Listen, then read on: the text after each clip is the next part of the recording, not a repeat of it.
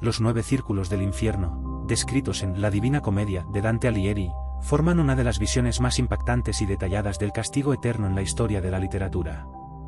Este poema épico, escrito en el siglo XIV, narra el viaje del protagonista, que es el propio Dante, a través de los reinos del infierno, el purgatorio y el paraíso, guiado inicialmente por el poeta romano Virgilio y más adelante por Beatriz, el amor idealizado de Dante. La primera parte del poema, el infierno, describe su descenso a las profundidades de este reino de sufrimiento, compuesto por 9 círculos, cada uno de los cuales está destinado a castigar un tipo específico de pecado. A medida que Dante desciende, los castigos se vuelven más severos y los pecados más graves. El viaje comienza en la oscuridad de una selva oscura, en la que Dante se encuentra perdido, simbolizando el estado de confusión espiritual en el que él y la humanidad se encuentran cuando se apartan del camino de la virtud. Tras ser rescatado por Virgilio, Dante se dispone a recorrer el infierno para comprender la naturaleza del pecado y las consecuencias eternas de una vida vivida sin arrepentimiento. El infierno está ubicado debajo de Jerusalén, y su forma es la de un cono invertido que se estrecha a medida que desciende hacia su punto más profundo, donde reside Satanás, el emperador del reino del dolor. El primer círculo que Dante y Virgilio encuentran es el limbo. Este es el lugar de los no bautizados y de aquellos que vivieron vidas virtuosas pero no conocieron a Cristo. Aquí residen grandes filósofos, poetas y héroes de la antigüedad, como Homero, Horacio, Ovidio y Sócrates. Su castigo no es el sufrimiento físico, sino la ausencia eterna de la visión de Dios, un castigo que se manifiesta como un anhelo perpetuo que nunca será satisfecho. El limbo representa la tragedia de aquellos que, aunque vivieron vidas nobles y justas, no pudieron alcanzar la salvación debido a las circunstancias de su tiempo. El segundo círculo es el hogar de los lujuriosos. Aquí, las almas que fueron dominadas por el deseo carnal durante su vida son castigadas al ser arrastradas por un viento feroz y continuo, que nunca les permite encontrar descanso. Este viento simboliza la pasión incontrolable que los consumió en vida. En este círculo, Dante se encuentra con figuras como Cleopatra, Helena de Troya, Aquiles y Paolo y Francesca, quienes sufren por haber sucumbido al poder del amor y el deseo físico. Este castigo es un recordatorio del poder destructivo del placer cuando se persigue sin moderación ni responsabilidad. El tercer círculo castiga a los glotones. Las almas que se entregaron al exceso de comida y bebida en la tierra ahora yacen en un fango inmundo, bajo una lluvia constante de granizo y nieve sucia. Son vigilados por el temible Cerbero, el monstruoso perro de 3 cabezas. Aquí, el castigo refleja el pecado de la indulgencia excesiva, donde el deseo de satisfacción personal ha degradado el espíritu humano. En este ambiente sucio y desordenado, los pecadores experimentan la repulsión física que sigue al desenfreno sin control. En el cuarto círculo, Dante se encuentra con los avaros y los pródigos, aquellos que en vida fueron consumidos por el deseo de acumular riquezas o gastarlas de manera imprudente. Estas almas están condenadas a empujar enormes pesos en círculos, chocando constantemente entre sí, una y otra vez. Este castigo es una representación del sinsentido del materialismo y la codicia, que en la vida consume a las personas, pero en la muerte se revela como un ciclo interminable y agotador, sin propósito ni dirección. El quinto círculo es el hogar de los iracundos y los perezosos. Los iracundos se encuentran sumergidos en las aguas del río Estigia, donde pelean continuamente entre sí, mientras que los perezosos están sumergidos debajo de la superficie, ahogándose en su propia melancolía y apatía. Aquí, el castigo refleja cómo las emociones descontroladas, ya sea la ira violenta o la pasividad extrema, destruyen el alma y la condenan a una vida de sufrimiento eterno. El sexto círculo, reservado para los herejes, está ubicado dentro de las murallas de la ciudad de Daid, una fortaleza infernal. Los herejes, aquellos que negaron las verdades fundamentales de la fe cristiana, están confinados en tumbas ardientes, donde sus almas arden en el fuego por toda la eternidad. Este círculo refleja el castigo por rechazar las creencias esenciales y la condena eterna de aquellos que se apartaron de la doctrina verdadera. En este círculo, Dante encuentra al filósofo Epicuro, cuyos seguidores negaban la inmortalidad del alma. El séptimo círculo está dividido en 3 anillos y está reservado para los violentos. En el primer anillo, los que fueron violentos contra los demás están sumergidos en un río de sangre hirviente, vigilados por los centauros. El segundo anillo alberga a los que se suicidaron o fueron violentos contra sí mismos, y sus almas están atrapadas en árboles retorcidos, atormentados por arpías. El tercer anillo es para aquellos que fueron violentos contra Dios, la naturaleza o el arte, y están condenados a vagar eternamente bajo una lluvia de fuego. Este círculo explora la variedad de violencia en la vida y cómo cada forma de destrucción lleva a una degradación de la humanidad. El octavo círculo, conocido como el Malevolge, está dedicado a los fraudulentos. Este círculo está dividido en 10 fosos, cada uno de los cuales castiga un tipo particular de engaño, desde los seductores y aduladores, hasta los falsificadores y los mentirosos. Los castigos en este círculo son particularmente variados y crueles, y cada uno refleja la naturaleza del fraude cometido. Aquí, Dante presencia cómo las almas que engañaron y traicionaron a otros en vida son sometidas a engaños y tormentos constantes. Entre los pecadores que habitan este círculo están los corruptos, aquellos que hicieron mal uso de su autoridad o influencia para obtener ganancias personales. Finalmente, Dante llega al noveno círculo, el círculo más profundo del infierno, que está reservado para los traidores. Este círculo está ubicado en el lago congelado de Cocito, donde las almas están atrapadas en el hielo, inmóviles, y sufriendo el frío eterno. El noveno círculo está dividido en 4 zonas, cada una reservada para diferentes formas de traición: traidores a la familia, traidores a la patria, traidores a sus benefactores, y en el nivel más bajo, los traidores a Dios. En el centro de este círculo, encontramos a Lucifer, el architraidor, congelado en el hielo y batallando eternamente con 3 grandes pecadores: Judas Iscariote, quien traicionó a Jesús, Bruto y Casio, quienes traicionaron a Julio César. El noveno círculo es un recordatorio del horror de la traición, que en la visión de Dante es el peor de todos los pecados, pues rompe los lazos fundamentales de confianza y lealtad que sostienen la vida humana. La estructura de los 9 círculos refleja no solo los diferentes tipos de pecado, sino también la gravedad de los mismos, con los pecados de incontinencia en los círculos superiores, y los pecados de malicia y fraude en los círculos inferiores, considerados los más graves. Para Dante, la esencia del pecado es la separación de Dios, y cuanto más profundamente desciende en el infierno, más lejos están las almas de la luz y el amor divinos. A lo largo de su viaje, Dante no solo presencia los castigos de los pecadores, sino que también reflexiona sobre la justicia divina. El infierno, en la visión de Dante, no es simplemente un lugar de sufrimiento, sino un reflejo del orden moral del universo, donde cada alma recibe un castigo adecuado a su pecado. El principio de contrapaso, donde el castigo refleja la naturaleza del pecado, es fundamental para esta concepción de la justicia divina.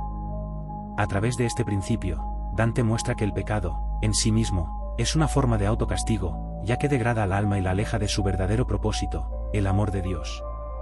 El viaje de Dante a través de los 9 círculos del infierno es, en última instancia, una lección sobre las consecuencias del pecado y la necesidad de la redención. Aunque los castigos que describe son espantosos, el propósito del viaje no es simplemente mostrar el sufrimiento de los condenados, sino guiar al lector hacia una comprensión más profunda de la moralidad, la justicia y la misericordia divina. Al final del infierno, Dante emerge de las profundidades y se prepara para su ascenso a través del purgatorio, donde las almas son purificadas y preparadas para la salvación. El jardín del Edén es uno de los escenarios más enigmáticos y fascinantes de la Biblia. Descrito en el libro del Génesis, es el lugar donde la humanidad, en sus comienzos, vivió en un estado de perfección y comunión directa con Dios. Este jardín ha sido interpretado de diversas maneras a lo largo de los siglos, pero su significado central es claro: representa un paraíso terrenal, un lugar donde el hombre y la mujer vivieron en armonía con la naturaleza, con ellos mismos y con su creador antes de la caída del ser humano.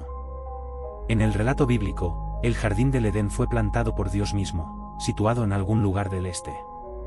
Allí, Dios colocó al primer hombre, Adán, después de haberlo formado del polvo de la tierra y haberle dado aliento de vida. El jardín no era solo un lugar hermoso, lleno de árboles frutales y ríos, sino también un espacio lleno de vida y abundancia. Era un reflejo de la bondad y la generosidad de Dios, un lugar donde la creación en su totalidad estaba en su estado ideal, libre de sufrimiento, muerte o corrupción. El nombre Edén tiene connotaciones de deleite o placer, lo que refuerza la idea de que este jardín era un lugar donde la vida humana florecía de manera perfecta. No era simplemente un lugar físico, sino una manifestación de la intención original de Dios para la humanidad, una vida llena de paz, satisfacción y gozo, sin la influencia del mal. En este lugar, el hombre y la mujer fueron dotados de libertad, de dominio sobre la creación, y de la posibilidad de vivir eternamente en comunión con su Creador. El jardín del Edén estaba marcado por 2 árboles importantes, que simbolizaban aspectos clave del relato. El primero es el árbol de la vida, que según la narración bíblica, otorgaba la inmortalidad a quienes comieran de su fruto. Este árbol simboliza la vida eterna que Dios ofrecía al ser humano, una vida sin el dolor y la muerte que conocemos hoy. El segundo árbol, y quizás el más famoso, es el árbol del conocimiento del bien y del mal. Este árbol, a diferencia del árbol de la vida, estaba prohibido para Adán y Eva. Dios les advirtió que no debían comer de su fruto, porque al hacerlo, experimentarían la muerte. El mandamiento de no comer del árbol del conocimiento no fue una mera prohibición sin sentido. En el contexto bíblico, simbolizaba la necesidad de confianza y obediencia a Dios. Al decirles que no comieran del fruto de ese árbol, Dios estaba estableciendo un límite, una prueba de la libertad humana. Al obedecer, Adán y Eva demostraban su confianza en la sabiduría y el plan de Dios, mientras que desobedecer implicaría un deseo de buscar el conocimiento y la autonomía por su cuenta, fuera de los designios divinos. La serpiente, un personaje astuto y engañoso, juega un papel crucial en la narrativa del Jardín del Edén. En el relato, la serpiente se acerca a Eva y le plantea una duda sobre la prohibición divina. Le sugiere que Dios les ha prohibido comer del fruto del árbol del conocimiento no para protegerlos, sino para evitar que se conviertan en seres como Él, con conocimiento del bien y del mal. Este acto de engaño siembra la semilla de la desconfianza en el corazón de Eva, quien, al final, decide tomar del fruto y comerlo. Luego, comparte el fruto con Adán, y juntos, desobedecen el mandato de Dios. El acto de comer del árbol del conocimiento trajo consigo consecuencias devastadoras. La desobediencia de Adán y Eva introdujo el pecado en el mundo, un pecado que trajo consigo la muerte, el dolor y la separación de Dios. Inmediatamente después de comer el fruto, sus ojos fueron abiertos, y se dieron cuenta de su desnudez. La inocencia que habían conocido hasta ese momento desapareció, y por primera vez, experimentaron vergüenza y miedo. Intentaron cubrirse con hojas de higuera y se escondieron de la presencia de Dios cuando Él los buscó en el jardín. Dios, al confrontarlos por su desobediencia, emitió un juicio tanto sobre la serpiente como sobre Adán y Eva. La serpiente fue maldecida, y se le dijo que sería enemigo de la descendencia de la mujer. Este pasaje ha sido interpretado a lo largo de la historia como la primera promesa de redención, ya que se refiere a un futuro descendiente de la mujer, generalmente interpretado como Cristo, que vencería al mal. A Eva, Dios le dijo que experimentaría dolor al dar a luz, y que su relación con Adán estaría marcada por la tensión. A Adán, se le dijo que la tierra sería maldita por su causa, y que tendría que trabajar arduamente para obtener su sustento hasta el día de su muerte. Después de emitir estos juicios, Dios los expulsó del jardín del Edén. La expulsión simboliza la pérdida de la comunión directa con Dios y la entrada de la humanidad en un mundo marcado por el pecado, el sufrimiento y la muerte. El camino de regreso al jardín fue sellado por querubines con una espada de fuego, impidiendo el acceso al árbol de la vida, lo que simbolizaba que la humanidad ya no tenía acceso a la vida eterna en su estado caído. El relato del Jardín del Edén no es solo una historia sobre los orígenes del hombre, sino también una reflexión profunda sobre la naturaleza humana, la libertad, el pecado y la redención. A través de este relato, la Biblia presenta la tensión entre la libertad y la responsabilidad. Adán y Eva tenían la libertad de elegir, pero sus elecciones tenían consecuencias.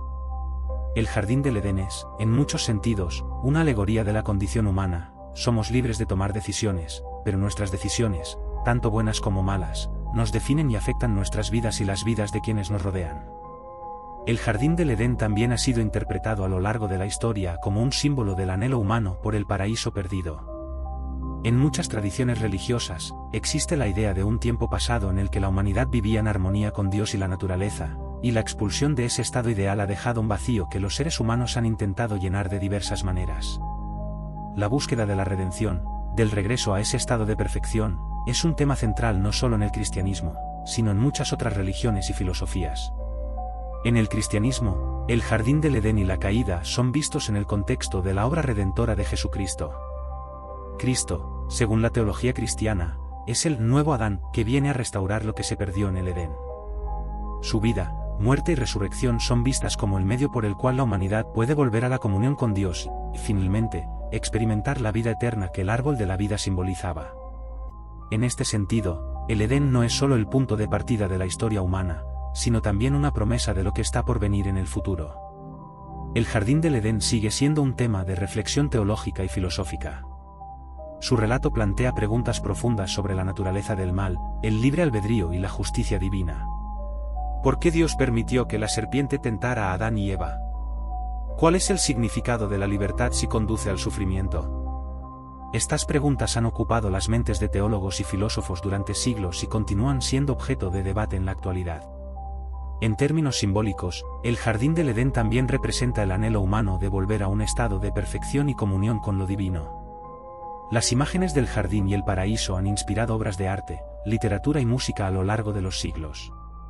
En la literatura, por ejemplo, se ha utilizado el simbolismo del Edén para representar la inocencia perdida y el deseo de redención. En el arte, el jardín del Edén ha sido representado como un lugar de belleza natural, lleno de árboles, flores y animales, pero también como un lugar marcado por la tragedia de la caída. El jardín del Edén es, en última instancia, una reflexión sobre la condición humana. Es un recordatorio de que, aunque fuimos creados para vivir en comunión con Dios, el pecado nos separa de esa relación. Sin embargo, también es una historia de esperanza, ya que la promesa de redención y restauración está presente desde el mismo comienzo de la narrativa bíblica. El camino de regreso al Edén no es un simple retorno al pasado, sino una promesa de un futuro renovado, donde la comunión con Dios será restaurada y la humanidad podrá, una vez más, caminar con Él en el jardín de la vida eterna. La traición de Judas Iscariote es uno de los episodios más desgarradores y misteriosos en la historia del cristianismo. Representa no solo una traición personal contra Jesús, sino también un momento clave en el relato de la pasión, que conduce a la crucifixión y muerte del Hijo de Dios. Este acto ha sido interpretado de muchas maneras a lo largo de los siglos, desde una mera traición motivada por la codicia hasta un evento que forma parte del plan divino para la redención de la humanidad. La figura de Judas ha sido objeto de controversia y debate, y su traición es una de las más recordadas en la historia, siendo vista como el máximo ejemplo de deslealtad. Judas Iscariote, uno de los 12 discípulos de Jesús, ocupaba un lugar destacado dentro del círculo íntimo del Maestro. Los evangelios lo mencionan como el encargado de llevar la bolsa del dinero, lo que implica que era responsable de administrar los recursos financieros del grupo. Sin embargo, en varias ocasiones, su figura es asociada con la avaricia y el robo, sugiriendo que tenía una relación problemática con el dinero, lo cual más tarde se convierte en un elemento clave en su traición. El evento más conocido de su traición ocurre poco antes de la Pascua, cuando Judas decide entregar a Jesús a los principales sacerdotes y líderes religiosos de Jerusalén. Los evangelios narran que Judas buscó una oportunidad para traicionar a su maestro, y a cambio de esta traición, recibió 30 monedas de plata.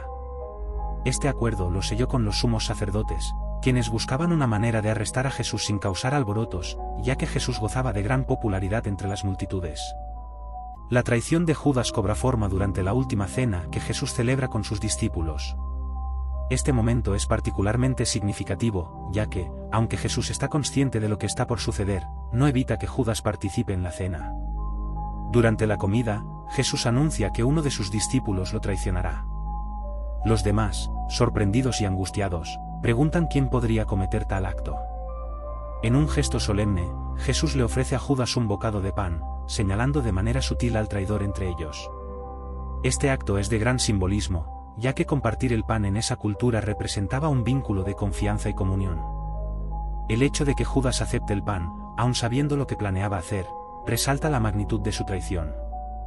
Después de la cena, Jesús se retira con sus discípulos al huerto de Getsemaní para orar. Este es otro momento crucial, ya que Jesús, en su humanidad, experimenta una profunda agonía ante lo que sabe que está por venir, su arresto, tortura y crucifixión. Mientras sus discípulos duermen, Judas se acerca con un grupo de soldados y guardias del templo para arrestar a Jesús. La señal que Judas había acordado con ellos era un beso, un gesto que en la cultura judía simbolizaba amistad y respeto. Sin embargo, este beso se convierte en el acto final de su traición, marcando a Jesús como el hombre que debían arrestar.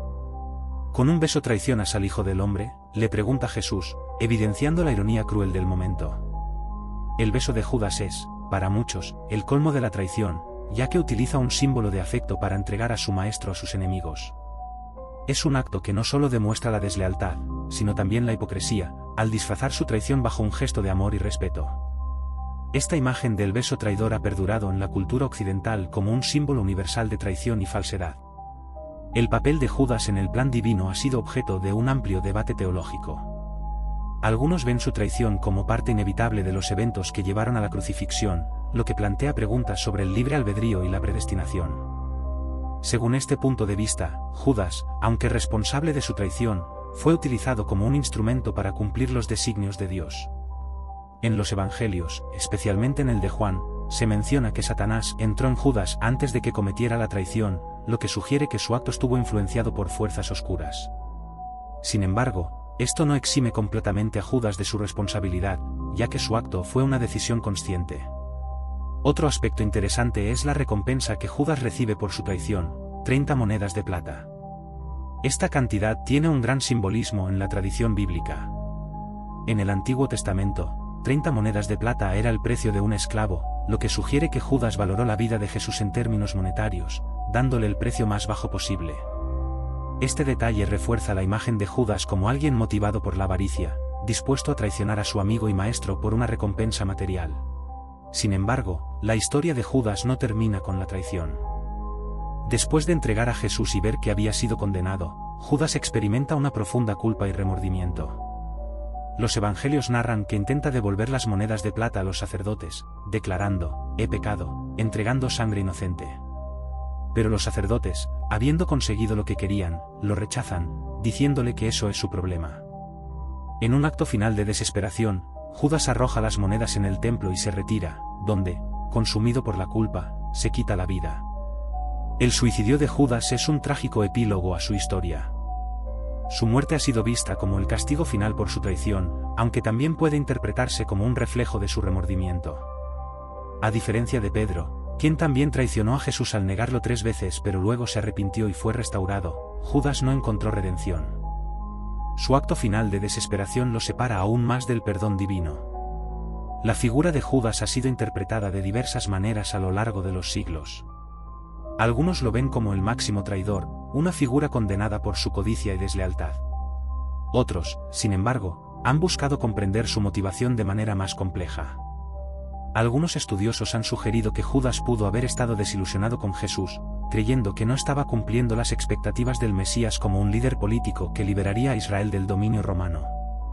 Desde esta perspectiva, la traición de Judas no fue simplemente un acto de codicia, sino el resultado de una profunda decepción. En los siglos posteriores, la figura de Judas se ha utilizado como un símbolo de traición en diversas culturas y contextos.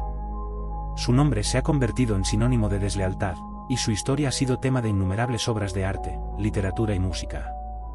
El beso de Judas, en particular, ha inspirado a artistas de todas las épocas, quienes han explorado el profundo simbolismo de este acto. Sin embargo, la historia de Judas también plantea preguntas más amplias sobre la naturaleza del pecado, el arrepentimiento y la redención. Aunque su traición fue uno de los eventos más trágicos en la narrativa cristiana, también fue el catalizador que llevó a la crucifixión, y en última instancia, a la redención de la humanidad.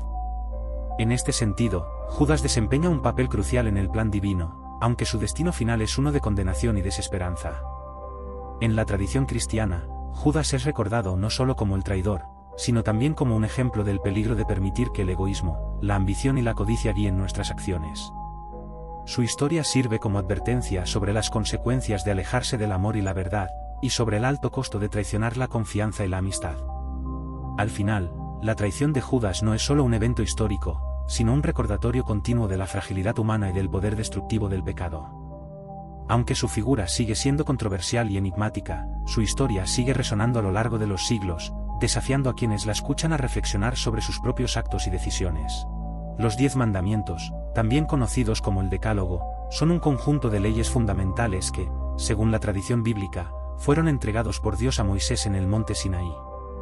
Estos mandamientos se encuentran en 2 libros de la Biblia, Éxodo y Deuteronomio, y representan el núcleo de la moral y la ética en el judaísmo y el cristianismo. A lo largo de la historia, han sido considerados principios esenciales para guiar la conducta humana, tanto en términos de la relación de las personas con Dios como de las relaciones entre ellas. La historia de los 10 mandamientos comienza con el pueblo de Israel recién liberado de la esclavitud en Egipto. Moisés, el líder que Dios había elegido para guiar a su pueblo hacia la tierra prometida, se encontraba al pie del monte Sinaí cuando fue llamado a ascender para encontrarse con Dios. En este lugar sagrado, Dios entregó a Moisés las tablas de piedra en las que estaban grabados los 10 mandamientos, leyes divinas que el pueblo de Israel debía obedecer para vivir en santidad y justicia. El primer mandamiento, no tendrás dioses ajenos delante de mí, establece la base de la relación entre el pueblo de Israel y Dios. Es un llamado a la exclusividad, a la adoración de un único Dios verdadero. En un mundo antiguo lleno de politeísmo y cultos a diferentes deidades, este mandamiento era revolucionario.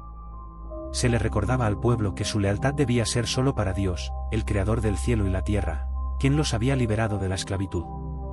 No debían adorar a ningún otro dios ni ídolo, porque Dios era celoso y demandaba una devoción completa.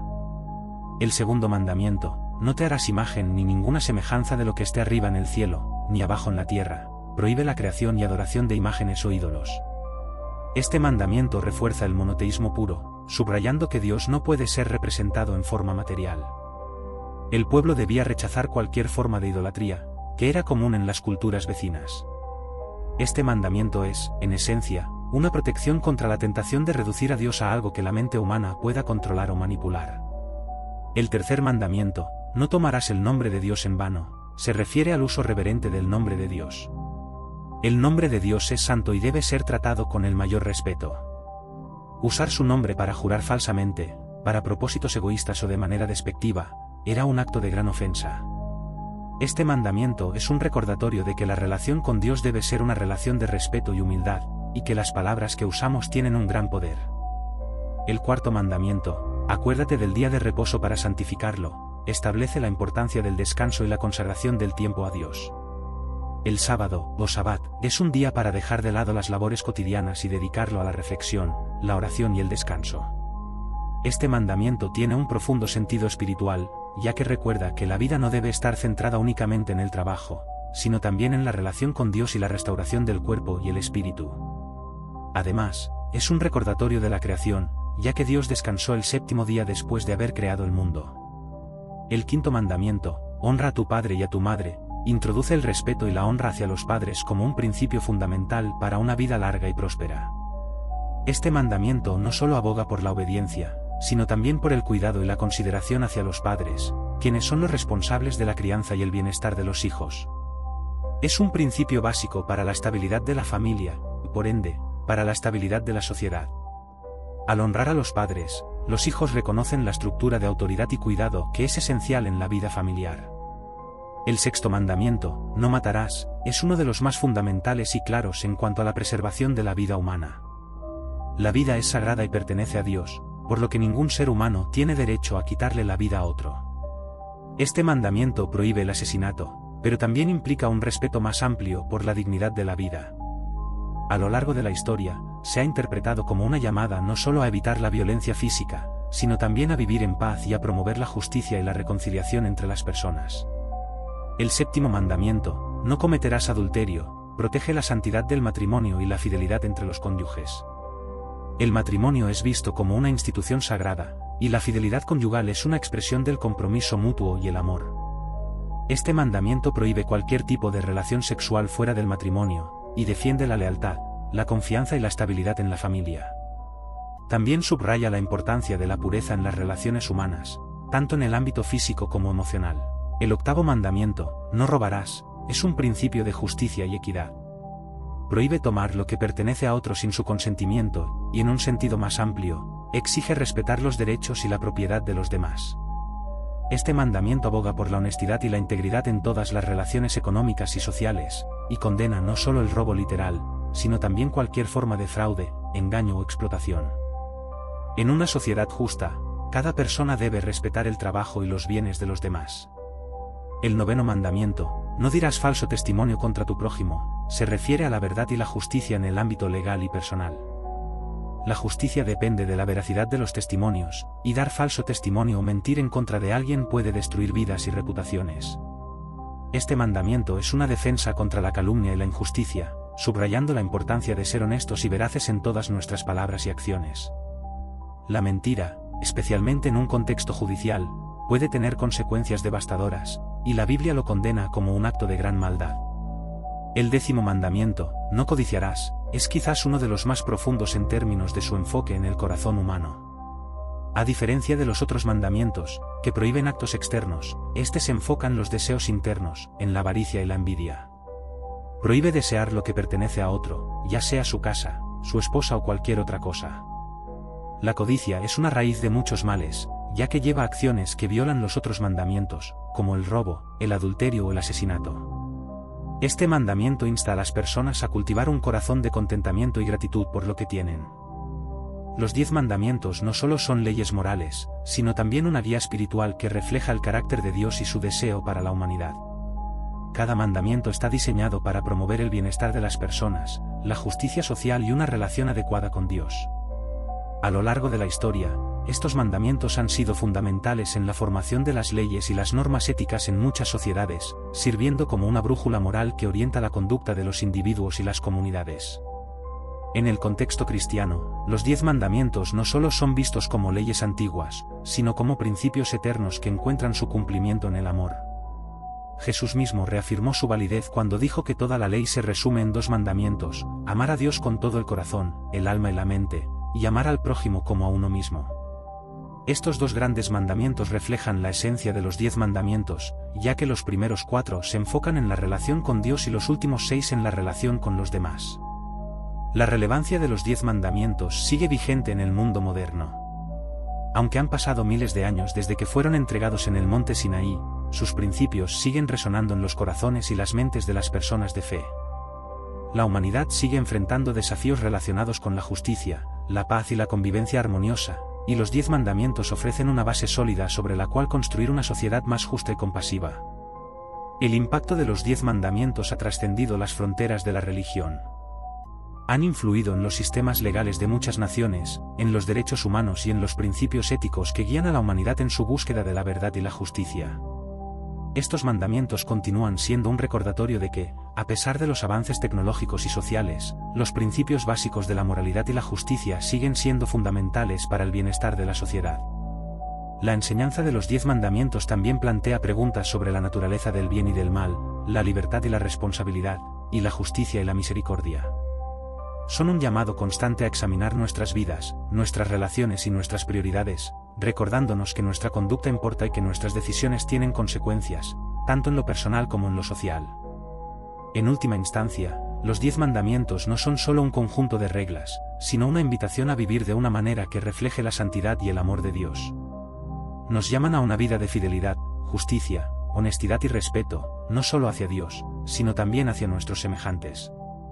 Al seguir estos mandamientos, nos alineamos con el plan divino para una vida plena y significativa, en la que el amor y el respeto por los demás son la base de nuestra existencia.